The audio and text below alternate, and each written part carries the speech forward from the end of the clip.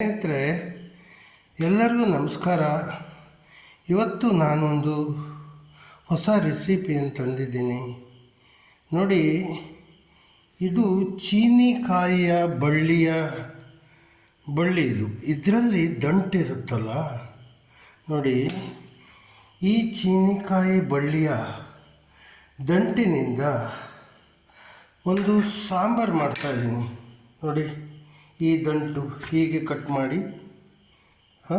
ಈ ಥರ ಕಟ್ ಮಾಡಬೇಕು. ಕಟ್ ಮಾಡಿ ಇದನ್ನು ಈ ಸಾಂಬಾರು ಮಾಡೋದು. ಇದು ನಾನು ಮನೆ ಅಲ್ಲ, ಹೊರಗಡೆ ಬಂದಿದ್ದೀನಿ, ಬೇರೆ ಒಂದು ಇದಕ್ಕೆ ಬಂದುಬಿಟ್ಟು ಏರಿಯಾದಲ್ಲಿ ಬಂದಿದ್ದೀನಿ. ಇಲ್ಲಿ ನನಗೆ ಉಳ್ಕೊಳ್ಳೋ ವ್ಯವಸ್ಥೆ ಎಲ್ಲ ಮಾಡಿಕೊಂಡು ಹೀಗೆ ಒಂದು ಸಾಂಬಾರು ಮಾಡುವ ಅಂತ ಚೀನಿಕಾಯಿ ಬಳ್ಳಿಯ ದಂಟು ಇದೆಲ್ಲ, ಎಲೆಯಿಂದ ಕೆಳಗಿರುವ ದಂಟು, ಅದರಲ್ಲಿ ಸಾಂಬಾರು ಮಾಡುವ ಅಂತ ಅನಿಸಿತು. ಇದನ್ನು ನಾವು ಹುಳಿ ಅಂತ ಹೇಳ್ತೇವೆ ನಮ್ಮ ಭಾಷೆಯಲ್ಲಿ. ಸಾಂಬಾರು ಇದು. ಈ ಸಾಂಬಾರು ಮಾಡೋದು, ಈ ದಂಟುಗಳನ್ನು ಕಟ್ ಮಾಡಿ ಚೆನ್ನಾಗಿ ತೊಳೆದು ನಂತರ ನೋಡಿ, ಇಲ್ಲಿ ಇದು ನಾನು ಇಲ್ಲಿ ಉಪಯೋಗಿಸಿದಂತಹ ಒಂದು ನೋಡಿ, ಇದು ಸಾಂಬಾರು ಪುಡಿಯಿಂದ ಮಾಡ್ತಾ ಇರೋದು. ಇದು ಯಾವ ಸಾಂಬಾರು ಪುಡಿ ಅಂದರೆ, ಇದು ಈಗ ಸದ್ಯಕ್ಕೆ ಮಾರ್ಕೆಟಲ್ಲಿ ಎಲ್ಲಿಯೂ ಕೊಡ್ತಾ ಇಲ್ಲ. ನಾವು ಬೇಕಾದವರಿಗೆ ಗೂಗಲ್ ಪೇ ಮಾಡಿದಾಗ ನಾವು ಸಾಂಬಾರು ಪುಡಿಯನ್ನು ಮನೆಗೆ ಕಳಿಸಿಕೊಡುವಂಥ ವ್ಯವಸ್ಥೆ ಮಾಡಿದ್ದೀವಿ. ನಕಲಿ ಐಟಮ್ಗಳು ಸಿಗಬಾರ್ದು. ನಮ್ಮ ಹೆಸರಿನಲ್ಲಿ ಬೇರೆ ಯಾವುದೇ ಸಾಂಬಾರು ಪುಡಿ, ನಮ್ಮ ಅಡ್ರೆಸ್ಸಿಂದ ಯಾವ ಸಾಂಬಾರು ಪುಡಿಯು ಇನ್ನೂವರೆಗೆ ಯಾವುದೇ ಸ್ಟೋರ್ಗಳಿಗೆ, ಮಾರ್ಕೆಟಿಗೆ ಬಿಟ್ಟಿಲ್ಲ. ಇದನ್ನು ನಾವು ಮನೆಯಿಂದನೇ, ಅಂದರೆ ನಮ್ಮ ಗಾಯತ್ರಿ ತಪೋಭೂಮಿ ಎನ್ನುವ ಆಶ್ರಮದಲ್ಲಿ ತಯಾರು ಮಾಡ್ತೀವಿ. ಈ ಸಾಂಬಾರು ಪುಡಿ ಸಾಧಾರಣವಾಗಿ ನಿಮಗೆ ಈ ಟೇಸ್ಟು ಇಲ್ಲಿಯವರೆಗೆ ಎಲ್ಲಿಯೂ ನೀವು ತಿಂದಿರಲಿಕ್ಕೆ ಸಾಧ್ಯ ಇಲ್ಲ, ಅಂತಹ ಸಾಂಬಾರು ಪುಡಿ ಇದು. ಹಾಗಾಗಿ ನಾವು ಮಾರ್ಕೆಟಿಗೆ ಬಿಟ್ಟಿಲ್ಲ.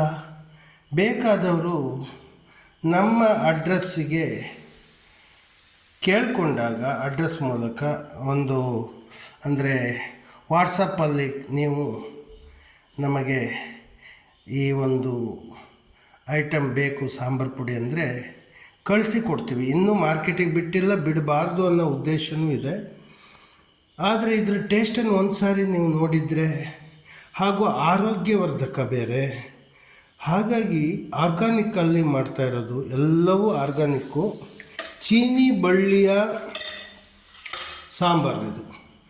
ಈ ಅಮೃತ ಸಾಂಬಾರು ಪುಡಿ ಅಂತ, ಅಮೃತ ಫುಡ್ಸ್ ಸಾಂಬಾರು ಪುಡಿ. ಇದು ನಮ್ಮ ಗಾಯತ್ರಿ ತಪೋಭೂಮಿ, ಮಠದಬೆಟ್ಟು, ಕೋಟೇಶ್ವರ, ಕುಂದಾಪುರ ತಾಲೂಕು, ಉಡುಪಿ ಡಿಸ್ಟ್ರಿಕ್ಟು, ಕರ್ನಾಟಕ ಸ್ಟೇಟ್. ಇಲ್ಲಿ ಅದು ಈ ಕಾಂಟ್ಯಾಕ್ಟ್ ನಂಬರಿಗೆ ನೀವು ಗೂಗಲ್ ಪೇ ಮಾಡಿದಾಗ ನಾವು ನಿಮಗೆ ಕಳಿಸಿಕೊಡ್ತೇವೆ ಸಾಂಬಾರು ಪುಡಿಯನ್ನು. ಈ ದಂಟನ್ನು ನೋಡಿ ಕಟ್ ಮಾಡಿ ಇಟ್ಕೊಂಡಿದ್ದೀನಿ, ತೊಳೆದಿದ್ದೀನಿ. ಇದನ್ನೀಗ ನೀವು ನಂಬಲಿಕ್ಕೆ ಸಾಧ್ಯ ಇಲ್ಲ ನೋಡಿ. ಇದ್ರ ಸಾಂಬಾರು ಏನು ಟೇಸ್ಟ್ ಆಗುತ್ತೆ ಅಂದರೆ, ಸಾಂಬಾರು ಪುಡಿಯನ್ನು ನಮ್ಮದೇ ಸಾಂಬಾರು ಪುಡಿ, ಅಮೃತ ಸಾಂಬಾರು ಪುಡಿಯನ್ನೇ ಉಪಯೋಗಿಸ್ಕೊಳ್ಬೇಕು ನೋಡಿ. ಸಾಂಬಾರಿಗೆ ಹಾಕ್ತಾಯಿದ್ದೀನಿ ಈಗ. ಇದರ ಸಾಂಬಾರು ಇದು ಮಿಕ್ಸ್ ಮಾಡಿದ್ದೀನಿ ನಾನು, ಬೇರೆ ಎಲ್ಲ ಹೀರೆಕಾಯಿ ಎಲ್ಲ.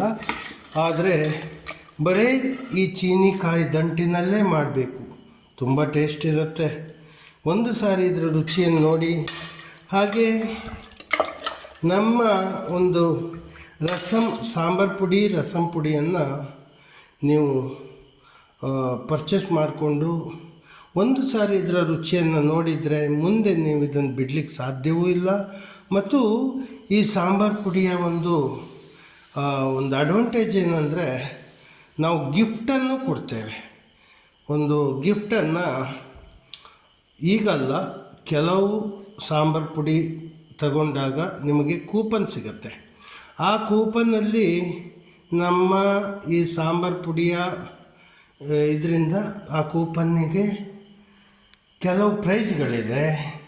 ಆ ಪ್ರೈಜ್ಗಳನ್ನು ನಿಮಗೆ ಸಿಗುವ ಹಾಗೆ ಅದೊಂದು ನಿಮ್ಮ ಬೆನಿಫಿಟ್ಟು. ಈ ಸಾಂಬಾರು ಪುಡಿ ಬಂದುಬಿಟ್ಟು 100 ಗ್ರಾಮಿಗೆ ಕೇವಲ 50 ರೂಪಾಯಿ.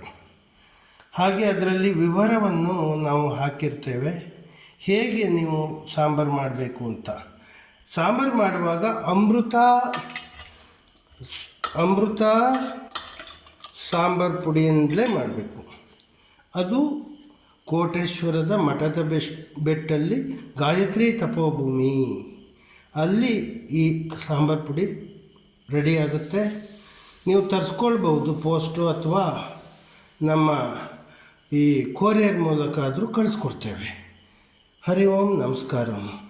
ಒಂದು ಸಾರಿ ಇದರ ಟೇಸ್ಟನ್ನು ನೀವು ತಿಂದು ನೋಡಿ, ಮುಂದೆ ಯಾವತ್ತೂ ನೀವು ನಮ್ಮ ಸಾಂಬಾರು ಪುಡಿಯನ್ನು ಬಿಡಲಿಕ್ಕೆ ಸಾಧ್ಯವೇ ಇಲ್ಲ. ಇದು ಯಾವುದೇ ಹೋಟೆಲ್ಗಳಿಗೂ ಕೊಡ್ತೇವೆ, ಮನೆಗಳಿಗೂ ಕೊಡ್ತೇವೆ. ಆದರೆ ಮಾರ್ಕೆಟಲ್ಲಿ ನಾವು ಇದನ್ನು ಸೇಲ್ ಮಾಡೋದಿಲ್ಲ. ಸದ್ಯಕ್ಕಂತೂ ಸೇಲ್ ಮಾಡುವ ಸಾಧ್ಯತೆ ಇಲ್ಲ. ಹರಿ ಓಂ ನಮಸ್ಕಾರಂ.